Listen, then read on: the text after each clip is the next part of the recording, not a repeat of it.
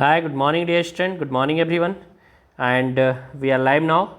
And today we are going to discuss about class 12 Flamingo book poem Aunt Jennifer Tiger by Adrienne Rich. And this is the last poem of our syllabus for class 12. And this poem is so important according to our syllabus because maximum time long question we have to see from this chapter. So dear student, be attentive about this, and now you connect with me which we can start our journey for this chapter. And this class is going to bilingual method for the state board and the all CBSE and ICSE student. So if you are facing any problem, then you can join on my Telegram channel. If you are watching this video on Facebook or my Instagram, so please follow it, join there, because these are the platform where you will be get very new things about English language, literature and grammar, okay, as well as many more things regarding to your study. So चलिए शुरू करते हैं. And Jennifer Tiger by Adrienne Rich. First of all, we will be discuss about the poet. Adrienne Cecil Rich, यानी कि इनका time जो रहा 1929 to 2012, okay, was an American poet. कहाँ की पोइट थी? American. Essayist and feminist. Feminist का मतलब होता है जो फीमेल्स के बारे में क्या करें, राइट करें, लिखे. She was called one of the most widely read and influential poet of the second half of the 20th century and was credited with bringing just a minute.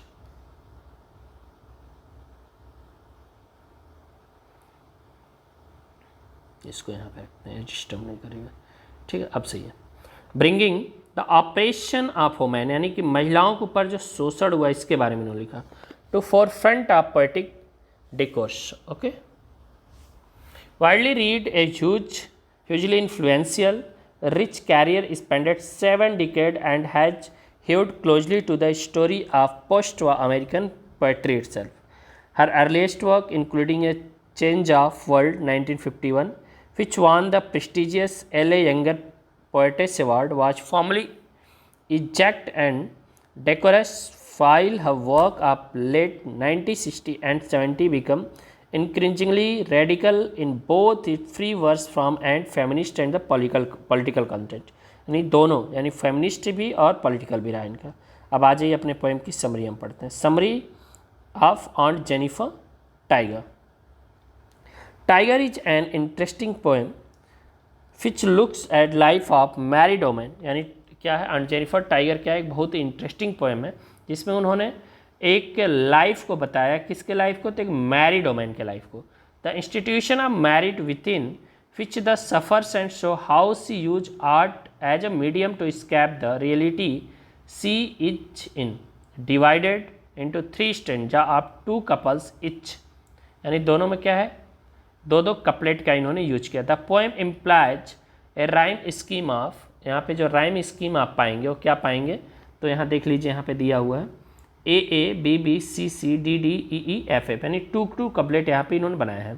The poem uses the figure of aunt Jennifer and her needle work. जो poem है कैसे बनाया गया है, तो ऑन्ट Jennifer के और उनके निडल वर्क को लेके. A tapestry of magnificence tiger in a forest in order to explore the theme of womanhood, marriage, repression of one personality and the importance of artistic expression, जो उन्होंने उसको भी रखा है यहाँ पे. One look at the poem tells us that the first stanza is all about aunt Jennifer tiger. पहला stanza किसके बारे में? ऑन्ट जेनिफर के टाइगर बारे में. सेकंड स्टेंजा अबाउट ऑन्ट हरसेल्फ, दूसरे में अपने खुद के बारे में लिखा है.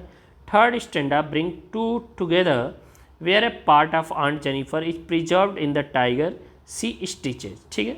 In 3 short stanzas, the speaker demonstrates how marriage and an institution has failed to allow Aunt Jennifer the full realization of herself. ठीक है. How the artistic expression through her needlework provides a space where she can project her bottle of aspirations, and how her art will lie beyond her death as an expression of her identity, यानी उनकी पहचान बनाता है. ठीक है. With striking colour, imagery and highly sensory language, aunt Jennifer tiger give a glimpses of life of a woman who find herself wait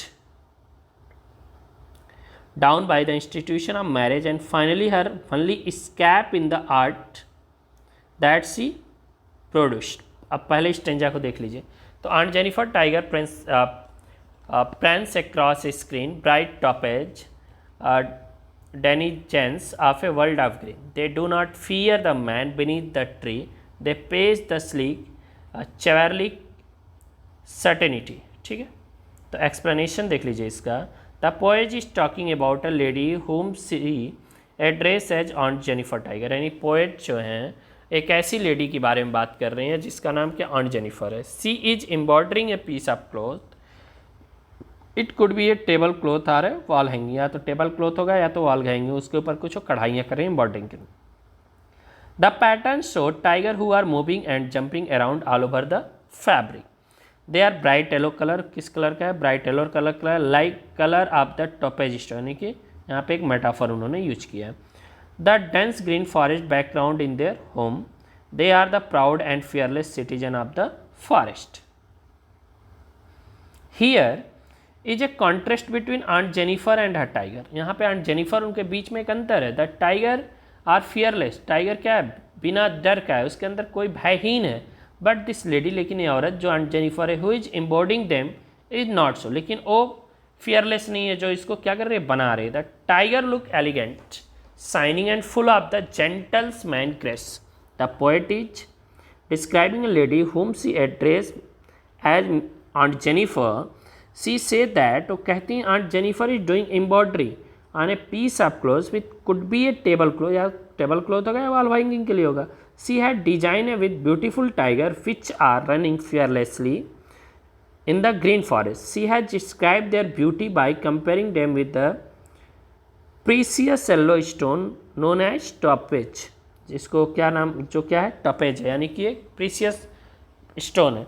She said that they appear bright yellow in the green backdrop of the forest. Background जो बना रहे हो किसका बना रहे हैं? Forest का. They are fearless and they are not affected by the presence of man. यानी कि उसको मैन की प्रेजेंस से कोई भी क्या नहीं है? प्रभाव नहीं पड़ने वाला, डर नहीं है. Here we can sense of the contrast of behavior between tiger and ant. Though the tiger designed by are fearless, but she herself is afraid of her husband. यानी कि जो इस टाइगर को बना रहे हो, टाइगर तो फियरलेस है, लेकिन जो आंट जेनिफर है वो खुद ही क्या अफ्रेड है? किससे? अपने हस्बैंड से. Further the poet says that, आगे पोएट कहती हैं, tiger are proud and fearless citizen of the forest. They are very shiny and elegant. ठीक है. राइम स्कीम अगर हम बात करेंगे यहाँ पे तो क्या है? AABB लिटरेरी डिवाइस की बात करेंगे तो यहाँ पे एनाफोरा का यूज किया है. क्या बोलते हैं? एड्रियन रिच ने use of same word in two consecutive lines. They do not and they pace in. तो देख यहाँ पे क्या हो रहा है? मेटाफर का भी यूज किया है. Use of topaz to describe the yellow colour in tiger, bright topaz. Okay, यानी ब्राइट लाइक टॉपेज. स्टेंजा 2 की अगर हम बात करें तो aunt Jennifer tiger, aunt Jennifer finger fluttering through her wool find even the ivory needle hard to pull. The massive weight of Uncle Wedding band strides heavily upon Aunt Jennifer hand. Okay, देख लीजिए. The lady explanation. The lady fingers are trembling with the fear of her husband. यानी कि अपने husband के डर से उनके जो फिंगर्स हैं क्या कर रहे हैं? ट्रैम्बल हो रही, काँप रही हैं. She is pursuing her hobby in her free time, but probably she is still afraid of her husband who could scold her. Her fingers are so tired of working endless all her life. पूरी ज़िंदगी काम करने से उनकी जो उंगलियाँ क्या हो चुकी हैं? थक चुकी हैं. The needle is also heavy for her to pull out of the cloth. The word uncle's wedding band, as the band was bought by husband, it is his till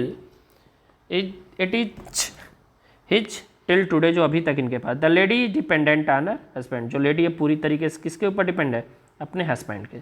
She is still burdened by the weight of ring. Weight means the encirclement of trapping that has fallen upon her by getting married to him. जो शादी के बाद क्या हो गया? जिसमें वो फंस गई हैं. She has been burdened by the obligation. Married life has become man's property. Okay. Next है. She has been living a demanding life due to which she has worn out her old age. Here the poet describes a fear of Aunt Jennifer toward her husband. ठीक है, she said that while she is doing embroidery, जब वो embroidery कढ़ाई कर रहे हैं, finger are क्यूबरिंग यानी सेकिंग with fear of the husband. Her husband does not approve of the hobby of embroidery. Therefore, she trembles while she is embroidering the piece of cloth. It has become difficult to her to pull her needle up to the down. Then she described the wedding ring, यानी कि wedding ring को कहते हैं, which was given by uncle to Aunt Jennifer on their wedding day. She say that it is a kind of burden, according to John Adrienne Rich. उनका कहना है कि ये क्या है, उस आंट जेनिफर के लिए बर्डन के जैसा है। For her to wear his ring she has been tortured by her husband so much that the wedding ring which could have been a beautiful gift for her seems like a burden to her. She has face so many difficulty in a married life that the little ring is describe as a heavy band on her trembling finger. ठीक है, this mean, इसका मतलब ये हुआ that the ring is associated with some bad experience. उनके लिए क्या है, कुछ बैड एक्सपीरियंस के जैसा, बुरे अनुभव के जैसा है। ठीक है, in the form of torture she had faced because of husband dominating behaviour, अपने हस्बैंड के डोमिनेटिंग बिहेवियर की वजह से। राइमिंग स्कीम की अगर हम यहाँ पे बात कर लेते हैं तो इसका ए बी बी है। ठीक है, यहाँ पे एलिट्रेशन का यूज हुआ है, एप साउंड का क्या हुआ है, रिपीटेशन हुआ है इस स्टेंजा में। ठीक है, थर्ड स्टेंजा देख लीजिए आप लोग, stanza number third. I hope आपको क्लियरली समझ आ रहा होगा, और आपको कोई प्रॉब्लम्स अगर हो रही है सो प्लीज़, हम जल्द ही एक अपना टेलीग्राम ग्रुप बनाया है, इसमें आप सब लोग जुड़ जाइए। टेलीग्राम ग्रुप का जो लिंक है हम पिनअप कर दिए हैं इसके डिस्क्रिप्शन में, आप लोग वहाँ जुड़िए, आप अपनी प्रॉब्लम्स को रखिए, sure will be discuss and try to solve it. हम लोग ट्राई करेंगे उसको सॉल्व करने का। ठीक है, और फिर भी आप जुड़िए, और अगर आपको वीडियो अच्छी लग रही है तो लाइक करिए। आइए थर्ड स्टेंजा की हम बात करते हैं। When aunty is dead her terrified hand will lie still ringed with ordeals she was mastered by the tigers in the panel that she made will go on prancing proud and unafraid. Explanation देख लीजिए इसका। Her wish to live a free fearless life is indicated by her choice of design tiger, यानी कि जो tiger design कर रहे हैं उनके थ्रू ये लगता है कि वो भी कैसी लाइफ जीना चाहती हैं, वो भी एक फियरलेस लाइफ जीना चाहती हैं, फ्री लाइफ जीना चाहती हैं। ठीक है, उसके बाद है it show her inner most desire of being strong fearless which has been unpowered by her husband. Next probably her ordeal will end upon her death, her frightened shaking finger will put to rest, तब उनको क्या मिलेगा, आराम मिलेगा। Next है but still even after death the ring shall remain are hundred, फिर भी उनके हाथ में रहेगा। इसका मतलब example her husband role over her it not at over, मरने के बाद भी वो ख़त्म नहीं हो गया। यानी कि देख लीजिए किस तरह का फेमिनिज्म की बात यहाँ पे वो कर रही हैं, कौन, एड्रीना रिच। ठीक, after death her desire of fearlessness shall remain alive in this tiger which she has embodied. The poet said that one can easily sense on desire for freedom and fearlessness through her design of tiger, जो उन्होंने tiger को design किया है। Further she said that, आगे वो कहती है, not possible for aunt to achieve this freedom during her lifetime, अपने जीवन काल में तो संभव नहीं है। She will attain it only after her death, but her here also the irony of her life is that still she will be tied up with the shackles in the form of her husband wedding ring, वो भी उनके साथ ही जाएगा, कहना है aunt Jennifer का, sorry Adrienne Rich का। The ring was the sole proof of the torture which she had faced from her husband, यानी कि सबसे बड़ा क्या प्रमाण है। ऑन द अदर हैंड अगर बात करें तो there are the tiger design by the aunt Jennifer which will always depict her desire of living a fearless life by jumping proudly and bravely on the piece of cloth. Rhyming scheme की अगर बात कर लेते हैं third stanza में तो A B B literary device की अगर हम बात करें तो यहाँ पर लिटरेशन है, क्योंकि पी साउंड क्या हो रहा है, रिपीट हो रहा है। ठीक है, topaz a bright yellow colour, stone यहाँ पे बात की गई है। उसके बाद डेनिजेंस यानी here an animal that live on each found of the particular place, sleek का मतलब एलिगेंट। ठीक है। उसके बाद चेवरलिक एक वर्ड का यूज किया गया, being courteous special to a man and act of gentleman, ordeals का यूज किया गया, एक्सट्रीमली सॉफ्टेस्ट एक्सपीरियंस। फिर प्रेंसिंग की बात की to move around proudly, fluttering की बात की to move it quickly. Okay, अब यहाँ पे इसके क्वेश्चन देख लीजिए, एक्सट्रैक्ट है, इसको एक्सट्रैक्ट को पढ़ना है और इसके बिहाफ पे आपको क्वेश्चंस को आंसर करना है। Why is aunt Jennifer doing with her wool, ठीक है, तो aunt Jennifer is embroidering beautiful image of tiger by using wool, ठीक है। देखिए what does wedding band stand for, तो the wedding band stand for her marital responsibility but she feel burden by them as she is not able to express herself, ठीक है। फिर यहाँ पे देखिए फिर एब्स्ट्रैक्ट बेस्ड क्वेश्चन है, ठीक है, third also abstract based question. You will be pause video and read all question. That's why I am going to slowly to see you. फिर question number 4 is also abstract based question. फिर short answer type question, what picture of male chauvinism यानी कि tyranny do we find in the poem aunt Jennifer tiger, ठीक है। Question number 2, aunt Jennifer's effort to get rid of her fear prove to be futile comment. फिर देखिए question number 3 है, what is suggested by the phrase massive weight of uncle is wedding band, बहुत important question है। Question number 4 देख लीजिए।